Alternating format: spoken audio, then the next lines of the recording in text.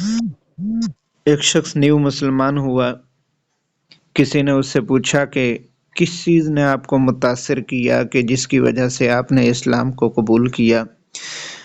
वो कहने लगा कि सीरत के एक वाक़ये ने मुझे बहुत मुतासिर किया है। रहमत दो आलम सल्लल्लाहु अलैहि वसल्लम तशरीफ़ फरमा हैं, आपके सामने सहाबा का जम्मे गफ़ीर है।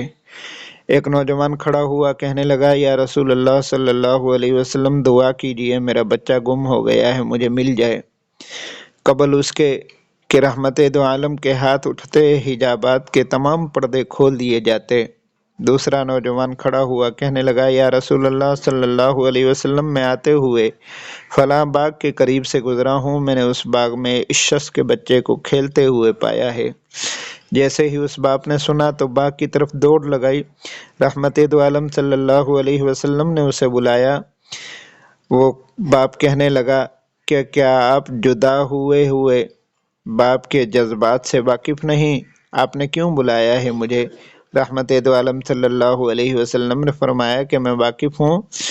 बात यह है कि जब आप उस बाग में पहुँचो तो अपने बेटे को बेटा बेटा कहकर ना पुकारना।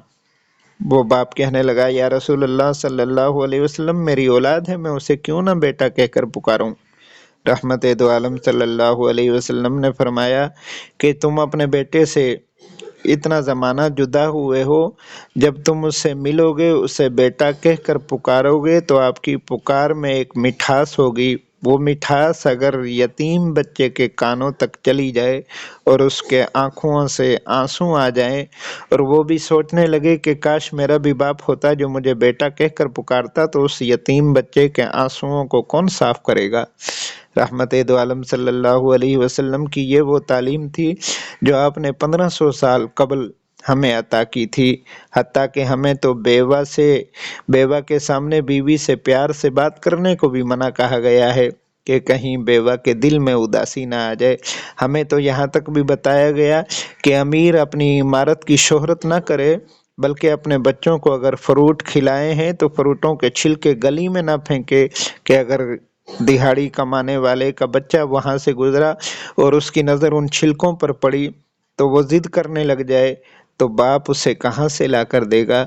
हमें तो यहाँ तक भी सिखाया गया कि गरीब अगर तुम गोश्त भी बनाओ तो उसकी गोश्त की खुशबू गरीब के घर तक ना जानी चाहिए, या तो एक प्याला ज़्यादा कर दो ताकि उसके घर में भी भेज सको,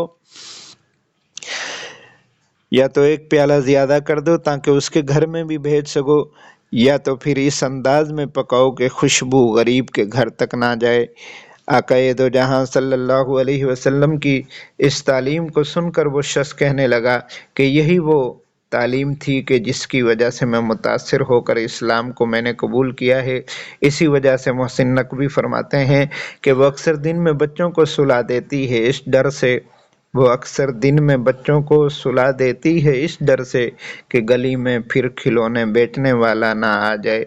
अल्लाह रब्बुल इज़्ज़त से दुआ है कि अल्लाह रब्बुल इज़्ज़त हमें रहमत दो आलम सल्लल्लाहु अलैहि वसल्लम की दी हुई तालीम को समझने और उस पर अमल करने की तौफीक अता फरमाए।